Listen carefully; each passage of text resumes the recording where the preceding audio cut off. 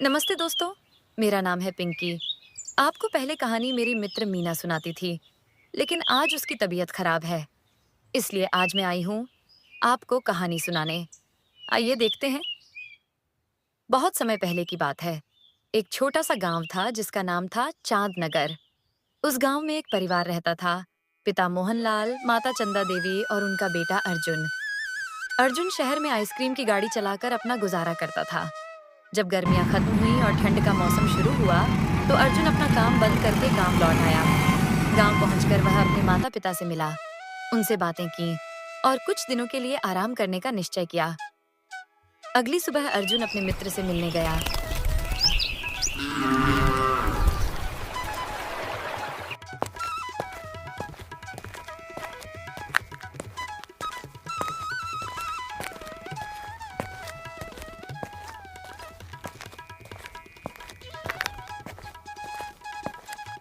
अरे अर्जुन, मेरे दोस्त, शहर से कब आ गए तुम? और बताओ। कल आया हूँ यार, अब समझ में नहीं आ रहा। अब क्या काम करें? सर्दियां आने वाली हैं। चलो राजा जी के महल चलते हैं, काम मांगेंगे, कुछ न कुछ काम मिल ही जाएगा। दोनों राजा जी के महल पहुंचे और उनसे काम मांगा, मगर राजा जी ने किसी कारणवश उन्हें कोई काम नहीं दिया। जब वे लौट रहे थे, तभी उन्होंने देखा कि राजा जी की पुत्री सोनिया जंगल की ओर जा रही हैं। जिज्ञासा से प्रेरित होकर अर्जुन और उसका मित्र उसके पीछे पीछे चल पड़े। कुछ दूर जाने के बाद उन्होंने देखा कि वह कोई साधारण राजकुमारी नहीं, बल्कि एक भूतनी है। यह दृश्य देखकर दोनों के होश उड़ गए और वे डरकर वापस गांव लौट आए। उन्होंने यह बात किसी से नहीं कही।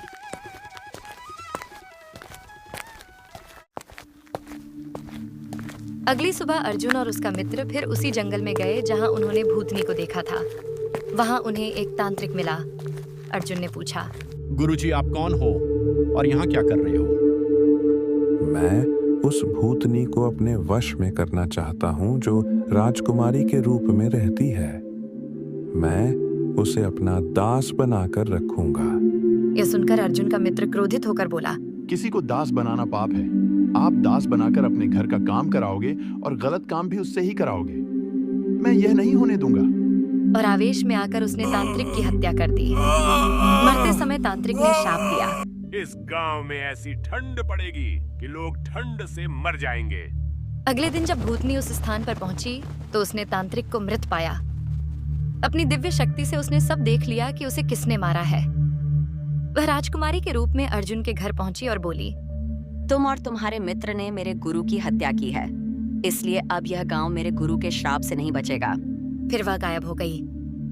अगले ही दिन से साधु के श्राप का असर होने लगा। गांव में बहुत ठंड पड़ी और ठंड से लोग मरने लगे। भाई, अचानक से गांव में ठंड बहुत बढ़ गई है। हाँ भाई, ठंड तो बढ़ गई है। मैंने सुना है कि रामू काका ठंड के कारण चल बसे। अगली सुबह अर्जुन और उसका मित्र महल पहुंचे। राजा जी ने दोनों को देखा और बोले, बेटे, अचानक से गांव में ठंड कैसे बढ़ गई? और राजा जी को पूरी बात बताई। राजा जी को उन पर विश्वास नहीं हुआ। तब अर्जुन ने कहा, महाराज, यदि आपको मेरी बात झूठ लगती है तो अमावस्या की रात अपनी पुत्री के पीछे पीछे जाइए, सब स्पष्ट हो जाएगा। राजा जी ने वैसा ही किया। अमावस्या की रात वे अपनी पुत्री के पीछे जंगल तक गए और उन्होंने अपनी आंखों से देखा कि उनकी पुत्री वास्तव में भूतनी है। वे बिना कुछ कहे महल लौट आए। जब पुत्री वापस आई तो राजा जी ने पूछा, सच सच बताओ, तुम कौन हो? मेरी पुत्री तो मर चुकी है। तब भूतनी ने अपने असली रूप में आकर कहा, हाँ, तुम्हारी पुत्री एक हादसे में मर गई थी, उसकी जगह मैंने ली। लेकिन तुम्हारे गांव के 2 युवकों ने मेरे गुरु की हत्या कर दी, इसलिए अब यह श्राप पूरा होगा। इस गांव में ऐसी ठंड पड़ेगी कि कोई नहीं बचेगा। इतना कहकर भूतनी अदृश्य हो गई। राजा जी चिंतित होकर अर्जुन के घर पहुंचे और बोले, बेटा अर्जुन, तुम्हारे कारण पूरे गांव पर संकट आ गया है। अब तुम ही इस संकट का समाधान निकालो। अर्जुन और उसका मित्र फिर जंगल गए। वहां उन्हें एक महान संत मिले। अर्जुन ने उन्हें सारी घटना बताई। संत ने कुछ देर ध्यान लगाया और बोले, इस श्राप से मुक्ति तभी मिलेगी जब उस भूतनी का अंत होगा। जब तक वह जीवित है, श्राप भी जीवित रहेगा। उसे नष्ट करना ही एकमात्र उपाय है। अब अर्जुन और उसका मित्र उस भूतनी को खोजने और गांव को बचाने निकल पड़े। तो दोस्तों, वीडियो कैसी लगी प्लीज कमेंट में बताएं। इसका भाग 2 बहुत जल्दी लेकर आऊंगी मैं। लाइक, शेयर एंड सब्सक्राइब जरूर करें। धन्यवाद।